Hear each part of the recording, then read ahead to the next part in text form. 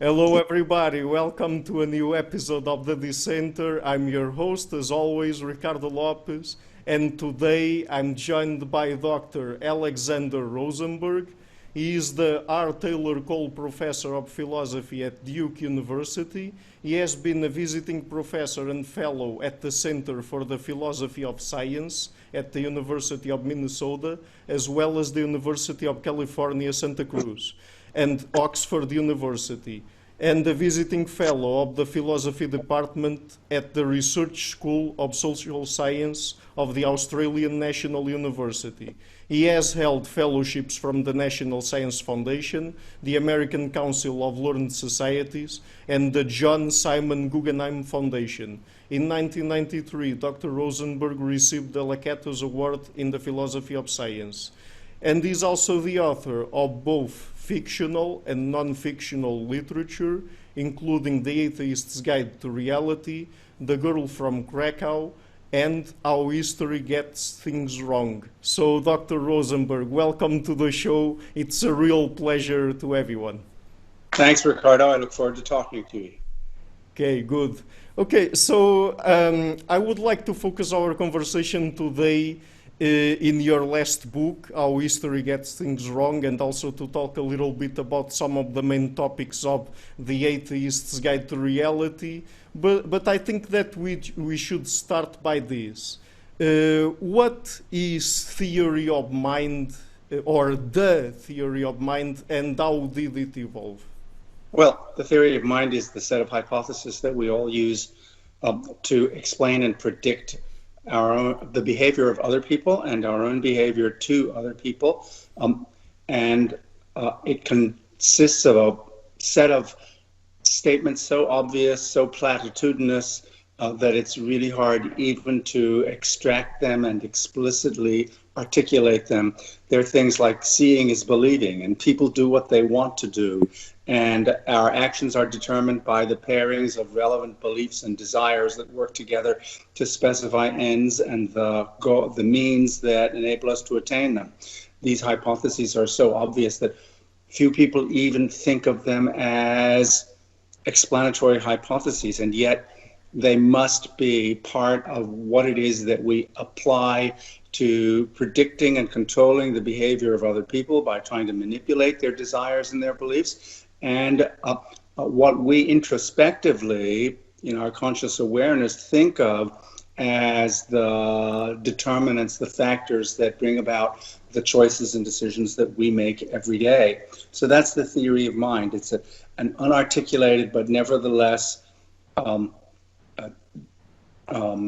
identifiable set of hypotheses that have explanatory and predictive content, and which, of course, like any theory, need to be subjected to the same kinds of assessment that science provides to explanations. Very well. And so this is one component of our cognitive systems that we acquired throughout our evolutionary history to basically deal with other people's behavior and try to predict what they would do in the future, correct? That's right, exactly. Exactly. And so, and what are some of the other components of our cognitive systems that perhaps go along with theory of mind, and that we also evolved, like, for example, language, and perhaps we use them to improve how we think about other people's minds and behavior? Well, I think that the theory of mind itself, in fact, is an evolutionary result of two factors, and that's an instinctive mind-reading ability that we share with all other mammals and birds that are either predators or prey or a bit of both. And that, together with the grunts and gestures from which pigeons and eventually language evolved, those two factors are what generated the theory of mind, because we didn't have that theory until we had language, and in particular until we had words like belief and desire.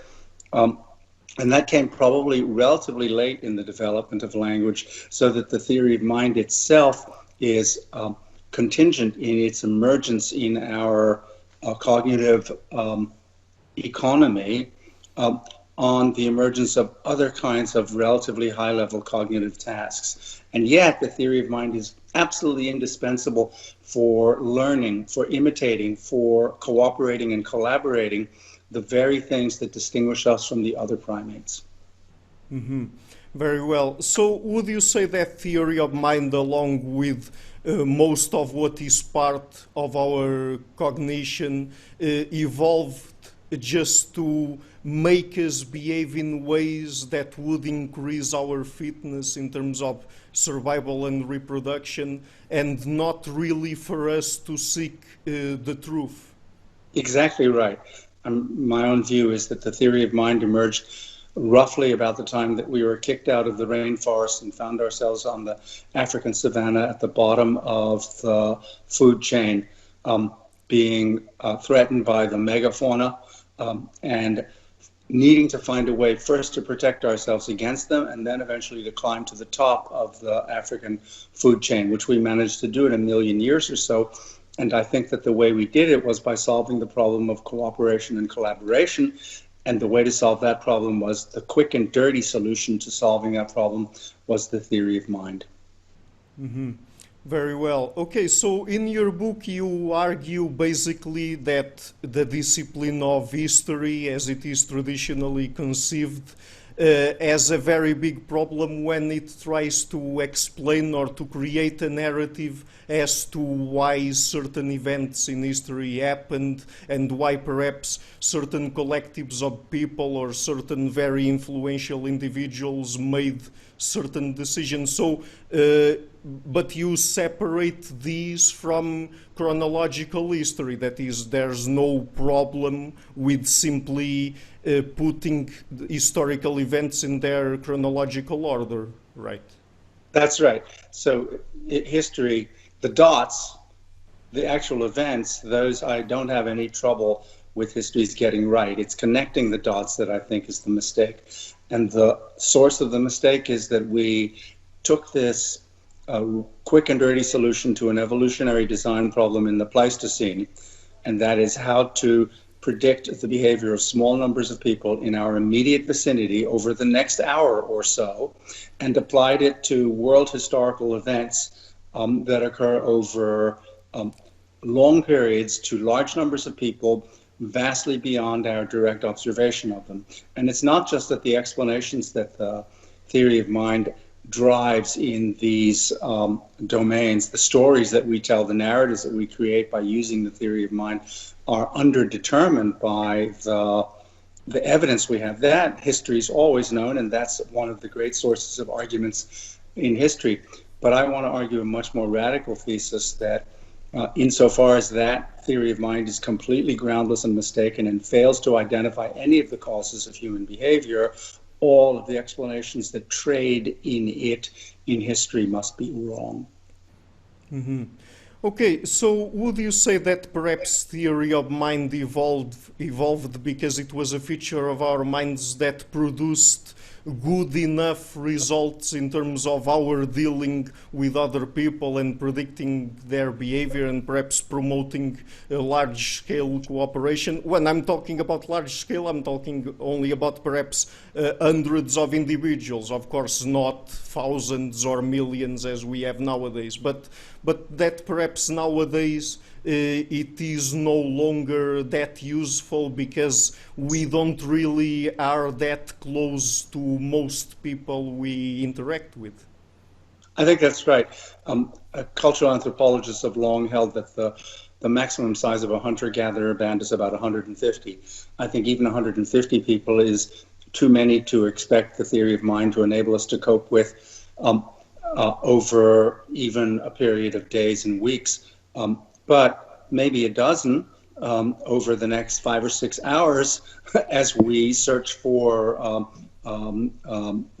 wildebeests on the African savanna works pretty well. But generally, nowadays, we use it not only in our immediate family, we design and construct all of the great social institutions of our cultures and civilizations on the rickety foundations of this theory of mind. Mm-hmm. Okay. So, and would you say that one of the big problems with theory of mind is that it makes us attribute beliefs, desires, goals, intentions to other people, and perhaps those are only, I don't know exactly what to call them, but proxies to other people's behavior and they don't really exist? I think that's right.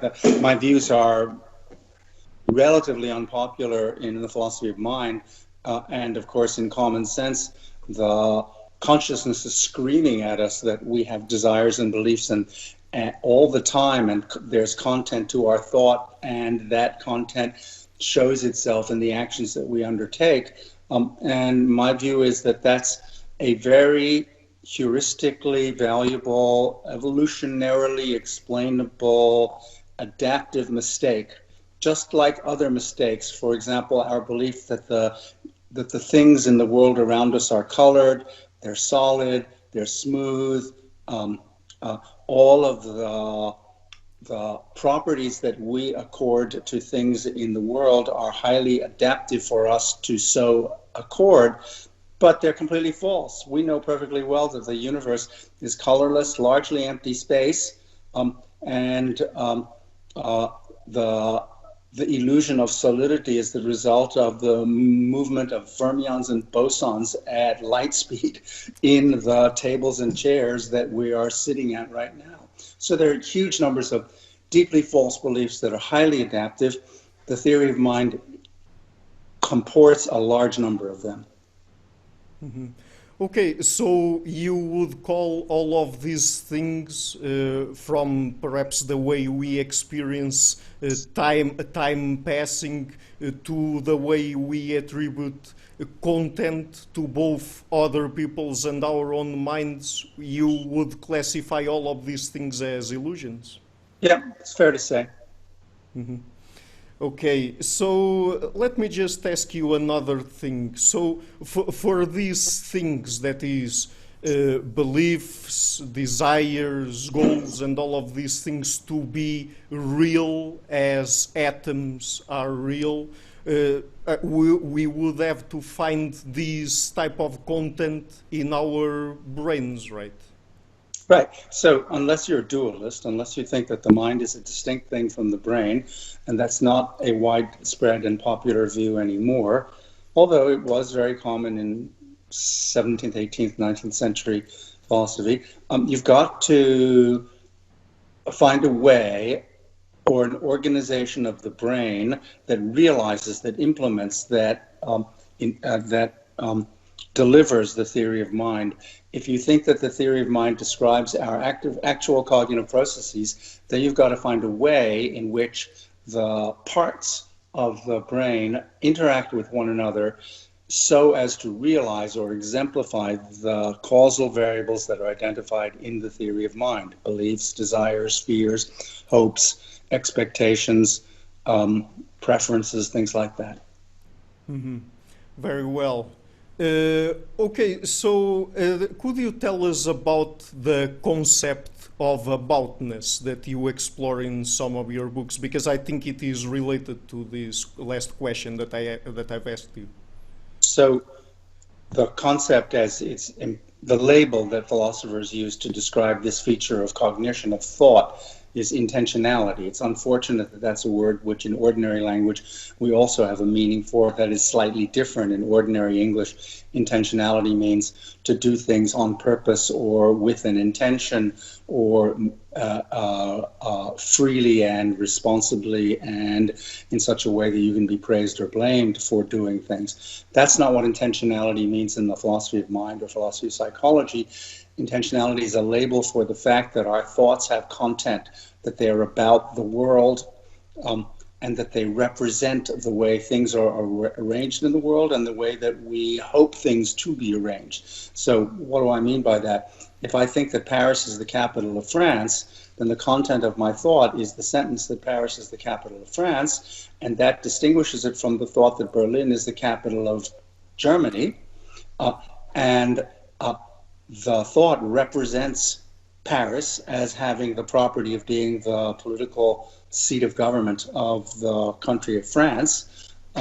And it's not only about Paris and about France, but about the relationship between them.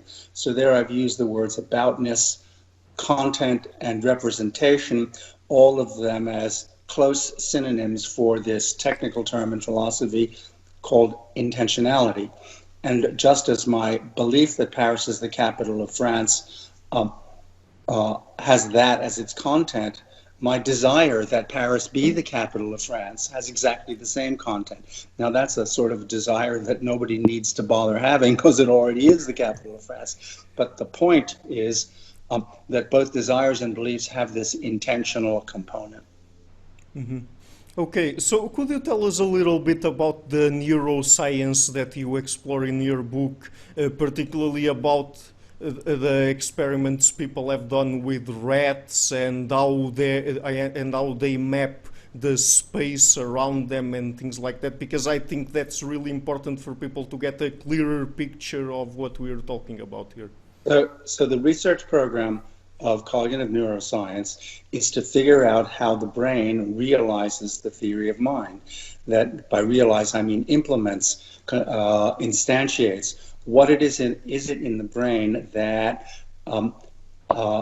delivers the features which, according to the theory of mind, it's got to deliver in order to produce behavior.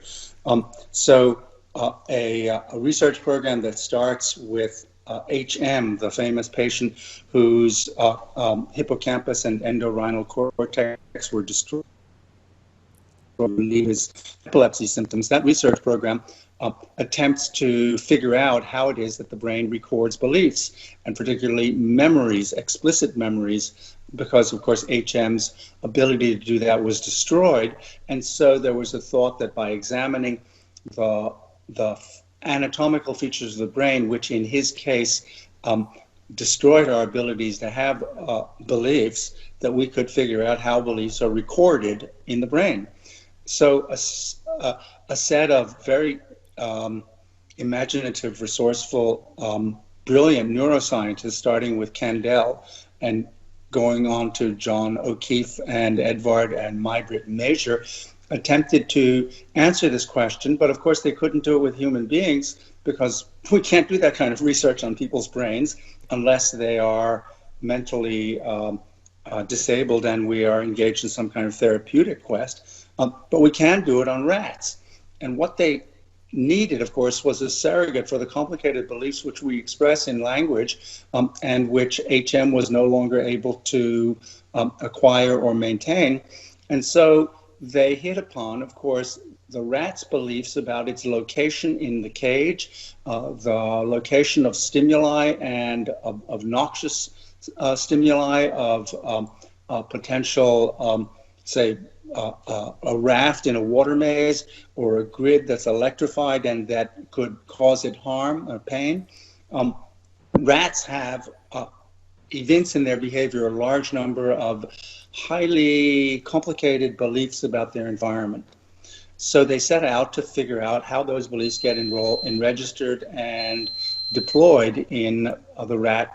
And they located the particular neural circuitry in which that happens. And what they discovered was the way that circuitry works to record, to consolidate, to access, and to deploy beliefs about the rat's environment were completely different from what the theory of mind says they are. And in particular, they don't work in any way that either requires or even makes it possible for us to describe them as having content. And it's not just the individual neurons or the neural circuits, it's true at every level of organization of the rat's brain.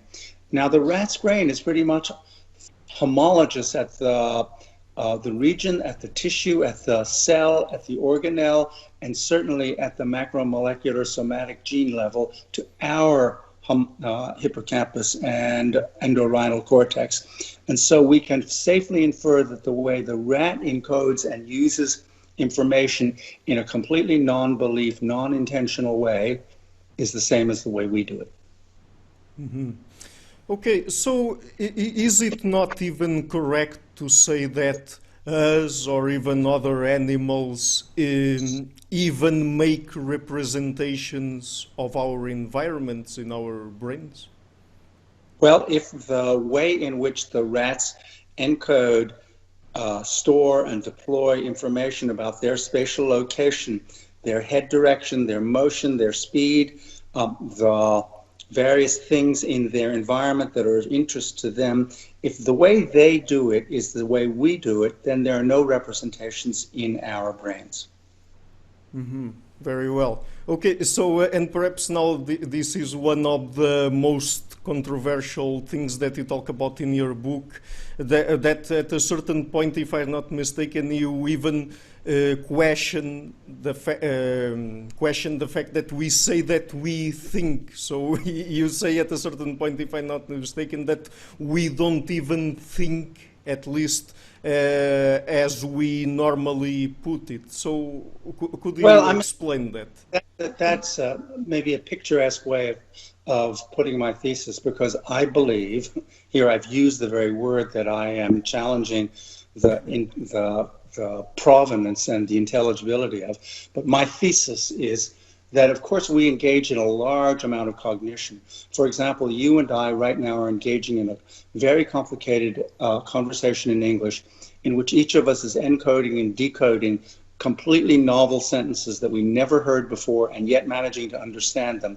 And the only way that we could be doing that is if we were unconsciously processing the acoustical disturbances that are coming out of our two electrical devices. And that cognitive processing is extremely fast, very complicated, and super accurate. And if that isn't thinking, nothing is thinking. So we are engaged in a lot of very complicated cognitive activity right now, and so is every other human on the planet, and a lot of primates too. And in fact, other mammals. If you have a dog, you know perfectly well that it engages in very complicated cognitive processes. So I'm not denying that we have thoughts. What I'm denying is that the impression that conscious experience gives us that these thoughts have content and intentionality, that is the thesis that I want to reject. Mm-hmm. Yes, okay, it's very important that you clarify that point, because these are all very unintuitive things, so it is very difficult for people to understand them correctly. But let me just challenge you a little bit now. So you refer in your book, and particularly when you're talking about history and narrative history more specifically, that, for example, you refer to several examples in history where, because people were led to believe that other people had performed certain actions, particularly in war and in other stages like that, those okay, this is very difficult to say now, because trying to exclude beliefs from people's minds, but that's all right. There's a famous line in philosophy: "Speak with the vulgar, talk with the learned." I think that's Bishop Berkeley said that, and we can help ourselves to these words while we undermine them.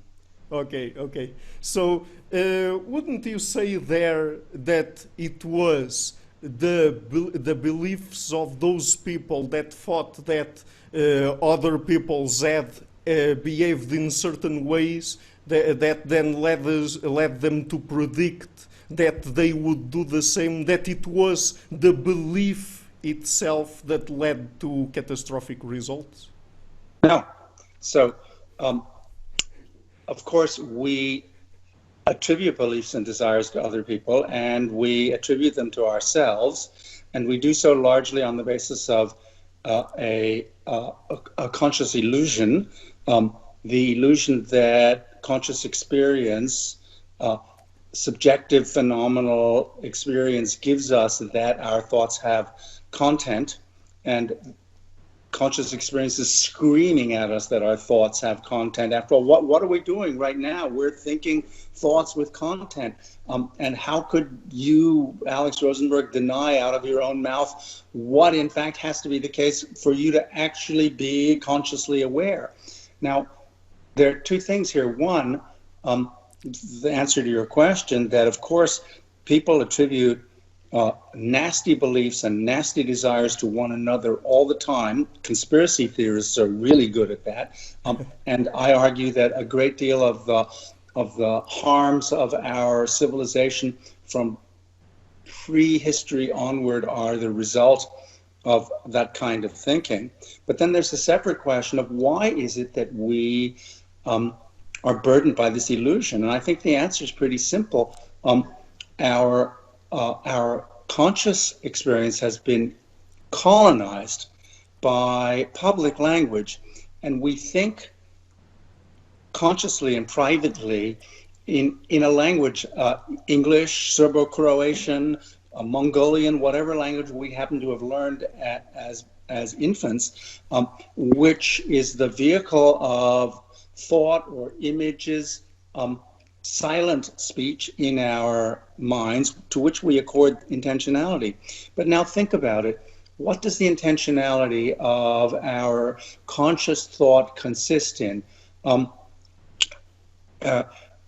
It's sheer bluff to assert that we know immediately and without any inference the content, that our thoughts have content. And one way to show this is a simple experiment. Suppose I produce to you the noise, dogs, dogs, dog, dog, dogs.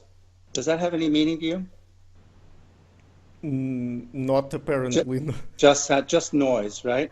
And now if I tell you that dog in English is both a verb and a noun, and that dogs that chase other dogs chase dogs, dogs, dogs, dogs, dog, dog, dogs, suddenly it has intentional content. Now, what is the difference between the first time I said it to you and the second time? Well, the first time, no image or picture or sequence of conscious experiences passed through your mind that had a follow-on of a scenario or something happening among dogs. And the second time it did. And the second time, because it did, you go back and say, now I know what that sentence meant.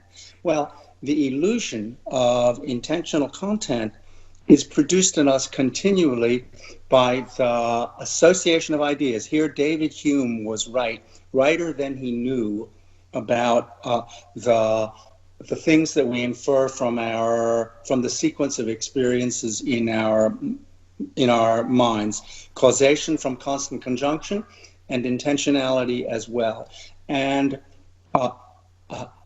if intentionality is really an illusion simply packaged by the sequence of sensory experiences that we have, and not some deep fact about the nature of cognition, then the grip of that idea on you should be significantly loosened. Mm-hmm. Very well. Okay, so since we're talking here about theory of mind that is the result of natural selection operating in our brains, and now you refer to also perhaps our linguistic practices, would you say that perhaps to have a more clearer picture of how our brains operate, we have to combine, and particularly since we're talking a lot about things that come from social science, that we have to imbue social science with a biological basis, correct? Well, I've always thought that, and for a lot of reasons, going all the way back to Darwin, that there's no real teleology in nature, and that we've known firmly, at least since the time of Newton. Kant famously said there will never be a Newton of the blade of grass, meaning that we're going to have a teleological theory to explain the biological domain. And then about 20 years after Kant said that, the Newton for the blade of grass was born in Shropshire, England, Darwin. And just as Darwin read teleology out of nature, I think now neuroscience is going to read it out of human cognition and of human psychology. And having banished it from the physical domain and the biological domain and the psychological domain, it certainly is going to have to equally go in the social domains, in the domains that are the subjects of the social sciences. And there we're going to have to take seriously the Darwinian mechanism, only now not in its genetic variant, but in its cultural variant, and understand to the extent we possibly can all interesting aggregate social phenomena as a version of some kind of Darwinian natural selection, blind variation and environmental filtration operating at all the different levels of social organization. Mimetics is a cute name for what is so far a relatively entertaining but nevertheless not very consequential approach in the to understanding culture and cultural phenomena. But the varying new versions of Darwinian cultural evolution seem to me extremely powerful and much more likely not only to really explain social phenomena, but to enable us to control and improve on outcomes in the future, to perhaps increase the likelihood of our surviving even the next 100,000 years, let alone as long as the dinosaurs did. Exactly. Okay, but I mean, we have to understand cultural evolutionary processes, but we also have to understand how our minds evolved and how the information we receive from outside, let's say, is processed by the cognitive mechanisms that operate in our brains, correct? Right. Well, we've got to do that. We've got to do that for not just for scientific purposes, but for human medical purposes. Most of the resources that drive pure research in psychology are justified to the public that provides the money by their potential medical payoffs. Whether they'll have such payoffs or not is one thing, but at least we have to convince people that they might to get them to part with their hard-earned cash. And that means, doing fundamental psychological research and understanding why this illusion of the theory of mind operates so powerfully. And of course, also understanding that some defects and some disabilities in human behavior are the result of deficits in the theory of mind. So it's well known that autism is associated with a failure to deploy and to be guided in human interactions by the theory of mind. And this is also the case in certain schizophrenias and other psychological disorders. So there's a lot of payoff to understanding what parts of the brain deploy the theory of mind, and fMRI is beginning to show us exactly what those parts are, and how defects and problems in those parts of the brain can interfere with human behavior by preventing us from using this theory of mind. Mm-hmm. Yes, but I think I was also thinking about, throughout the last several decades, we've obtained a lot of knowledge from, for example, social psychology about the biases and heuristics that we have. But I mean, perhaps one of the reasons why recently people have been criticizing a lot the fact that there's a replicability crisis going on in psychology, and even more specifically in social psychology, couldn't it be the fact that, okay, so we've identified these cognitive mechanisms that operate in our minds, but perhaps they are not sufficiently well explained if we don't have a Darwinian approach to how they came about, perhaps?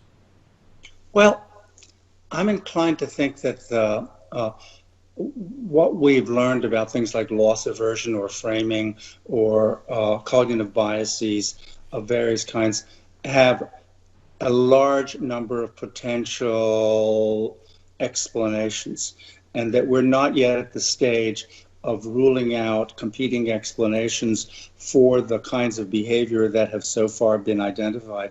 After all, if you look at the Wikipedia site, you'll see that there are about 90 different examples of cognitive biases, heuristics, shortcuts, inferential rules. And of course, if we follow Hans Gegenzer, we're likely to see almost all of them as having a good Darwinian pedigree, as being quick and dirty solutions that are accurate enough for most of our computational and cognitive purposes. And that's a really good indication that a big part of the story here is Darwinian.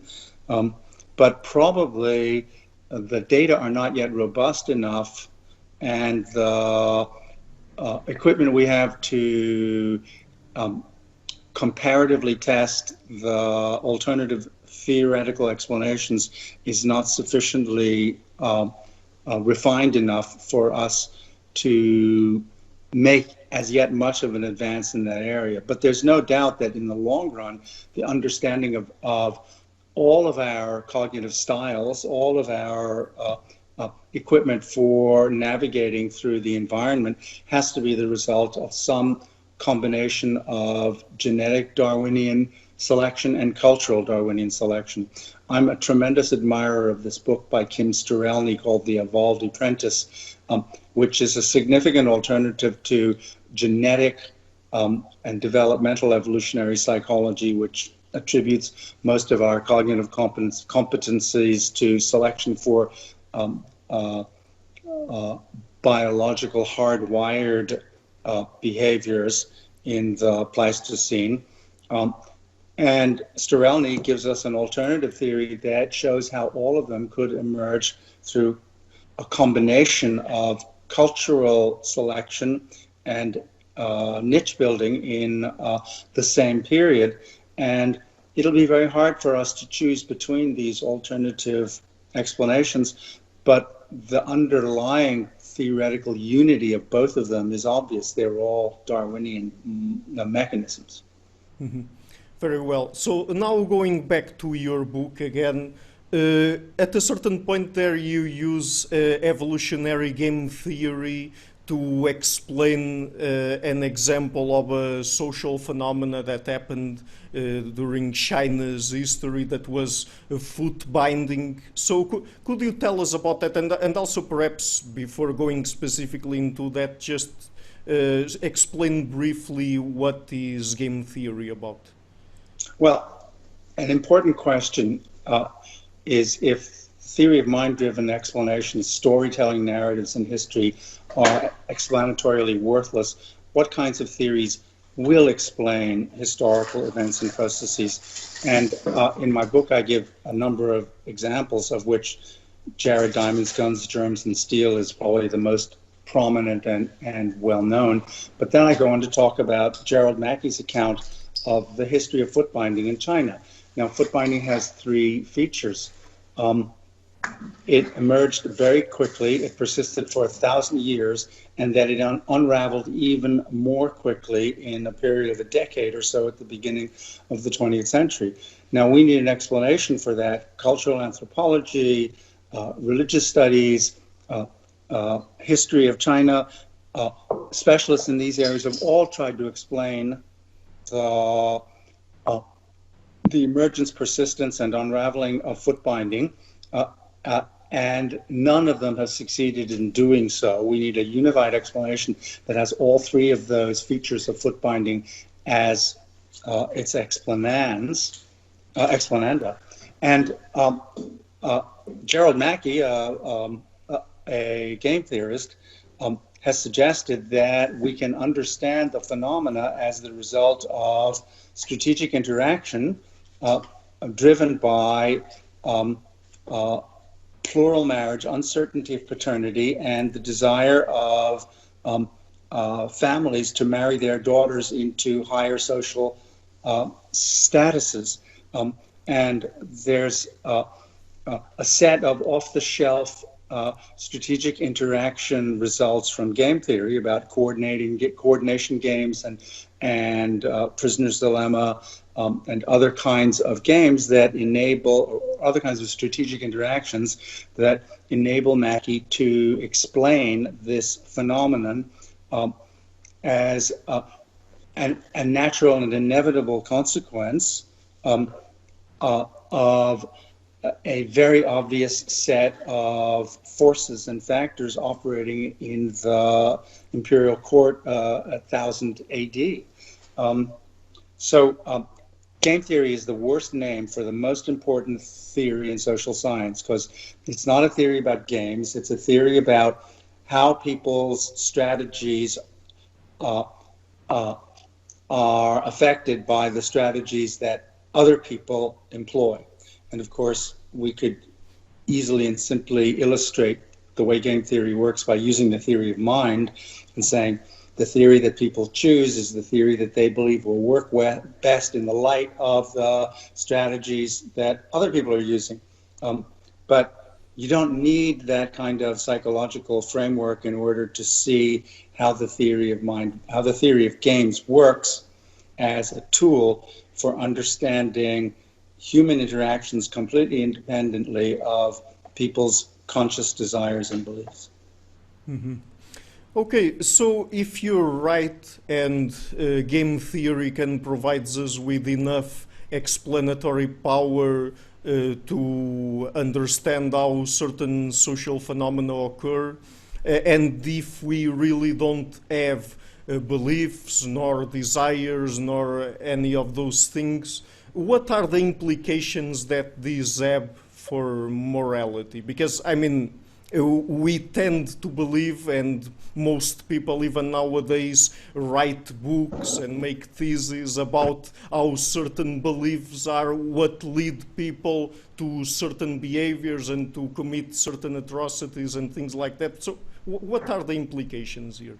So on the one hand, of course, the theory of mind, as I've argued, is an adaptation that we happened upon in the Pleistocene and that has been with us ever since. And it's very clear that it is an important component of, indeed, maybe even the foundation of our attribution to people of responsibility, moral responsibility, talking about praising them and blaming them. The norms, institutions, practices of our cultures and civilizations are all, as I said, erected on the rickety foundations of the theory of mind. And in that respect, so long as we continue to make normative evaluations of people and of institutions, good and bad, right and wrong, just and unjust, to that extent, we are going to continue to be wedded to and unable to surrender the theory of mind. Certainly in our legal framework and our courts of law, the theory of mind will continue to be an unavoidable commitment. Okay? And I suppose that one is going to have to evaluate the normative appropriateness of that theory on terms quite different from those on which you evaluate its explanatory and scientific purposes. But on the other hand, we also know, and we've managed in our society to enhance its level of civilization by ceasing to take the theory of mind as our sole basis for explaining people's behavior and according moral responsibility. So we've got things like diminished responsibility and innocence in virtue of mental incapacity and stuff like that. And I should think that the more we learn about the neurology that actually drives human behavior, the more we're going to be able to fine-tune our custodial institutions to protect society and individuals from the consequences of their brain illnesses, as opposed to retributing people's malevolent actions that are caused by their evil desires and unwarranted beliefs. Mm-hmm. Right. Okay. And that being said, do you think that it is correct for us to talk about moral progress as being a thing? I don't think it's correct for us to talk about moral progress in the sense in which the word correct is used in science, because I don't think that science can ground our normative judgments, okay? But insofar as we've all been shaped by the same kind of social and environmental forces operating through a Darwinian mechanism to be favorable to certain kinds of pro-social norms of cooperation, to that extent, we are in a position, or may find ourselves in a position, to enhance that level of cooperation and coordination.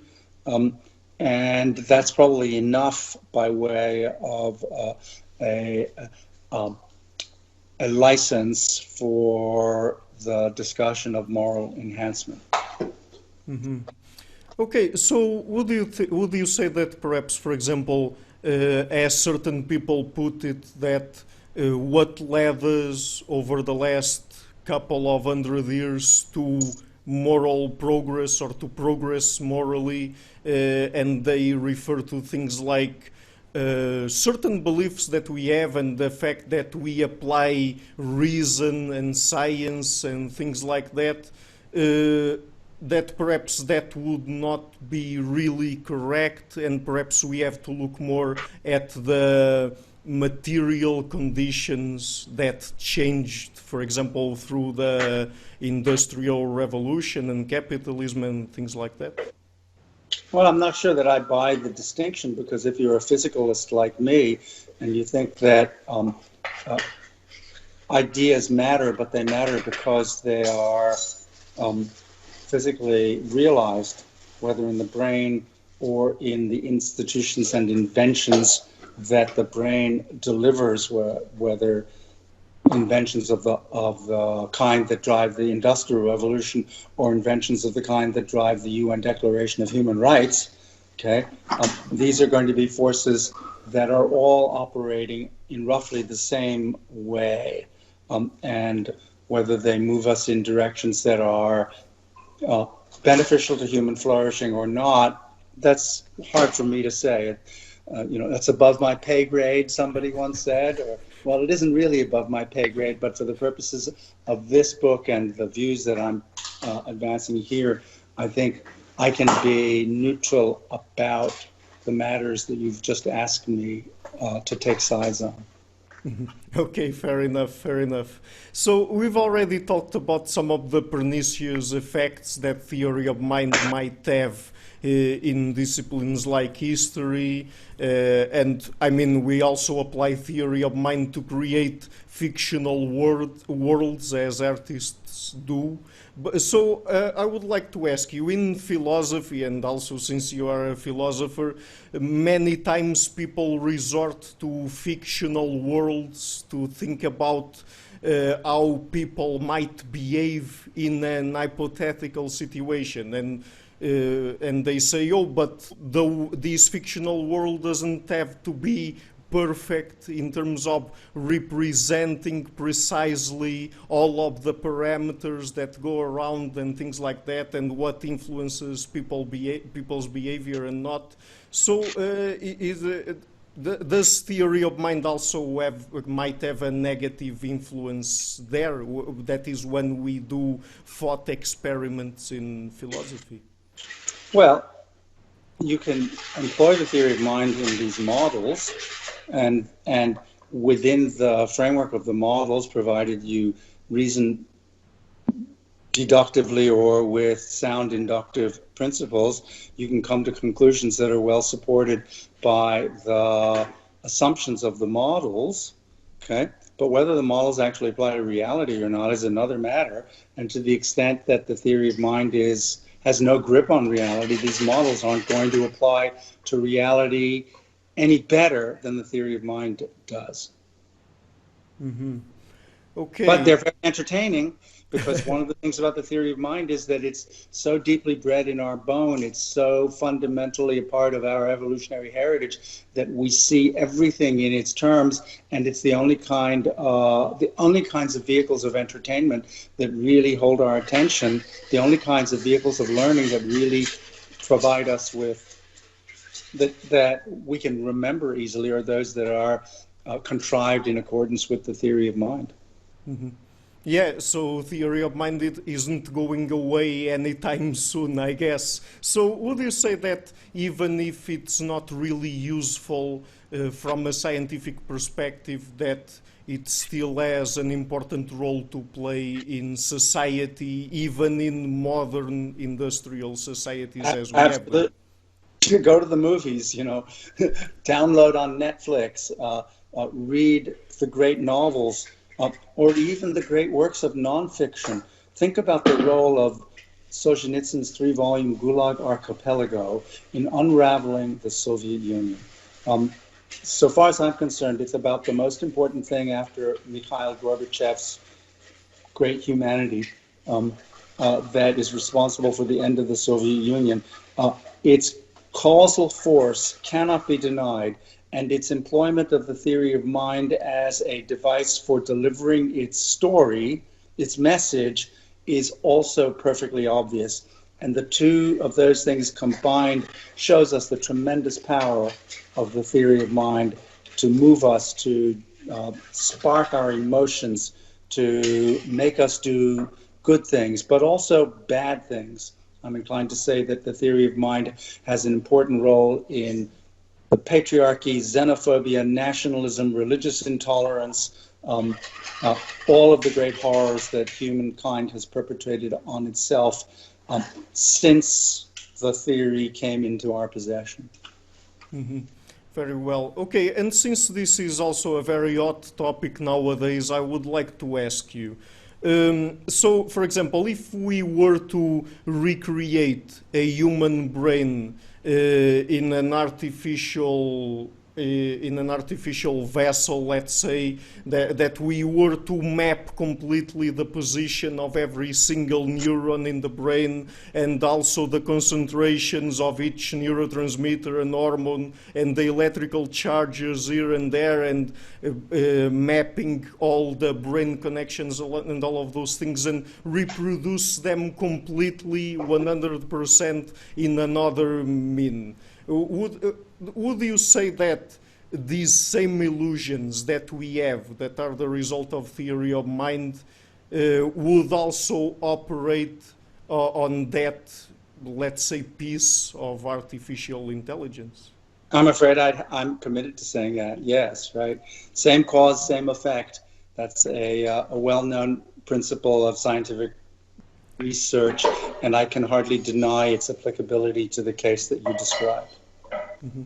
Okay, so do you think that if we can do that, that perhaps the artificial intelligence systems that would result from it would also have consciousness and emotions and other things like that that we experience? I'm afraid that I'm committed to saying that too. Okay, very well. So just one last question, and now to connect a little bit more with your other book that I want to talk about today, The Atheist's Guide to Reality. What is the relationship between all of these that we've been talking about our minds, the way our minds operate and things like that, and the fact that we have a lot of illusions going around in that our brains produce? What is its relationship with nihilism, as you put it in your book? Well, this book, How History Gets Things Wrong, emerges from one of the chapters of The Atheist's Guide to Reality. And in that book, I tried to sketch what those of us who take science as the sole basis of our understanding of the nature of reality have to endorse. And I think one thing they have to endorse is what neuroscience teaches, and neuroscience shows us that there's no intentionality. But the nihilism, and by that I think you're referring to the chapter in that Atheist Guide to Reality called Nice Nihilism, is a view that I'm committed to by the fact that since I hold that the only basis for justifying a set of doctrines is going to be science, and that science cannot justify any normative conclusions at all, that therefore all normative claims are wrong. That means, the claim thou shalt not kill is wrong, but also the claim thou shalt kill is wrong. There are no normative truths of any kind. That doesn't mean that people aren't wedded to, committed to, and act in accordance with moral norms. We've been shaped by evolution to be nice, that is to say, to be cooperative, collaborative, altruistic creatures, and we can't escape that evolutionary fate. And insofar as we can, insofar as mostly we're nice and the psychopaths around us are few and far between, we're safe from the worst consequences of anarchy and inhumanity. But nevertheless, we should, if we are really going to be unblinkered about our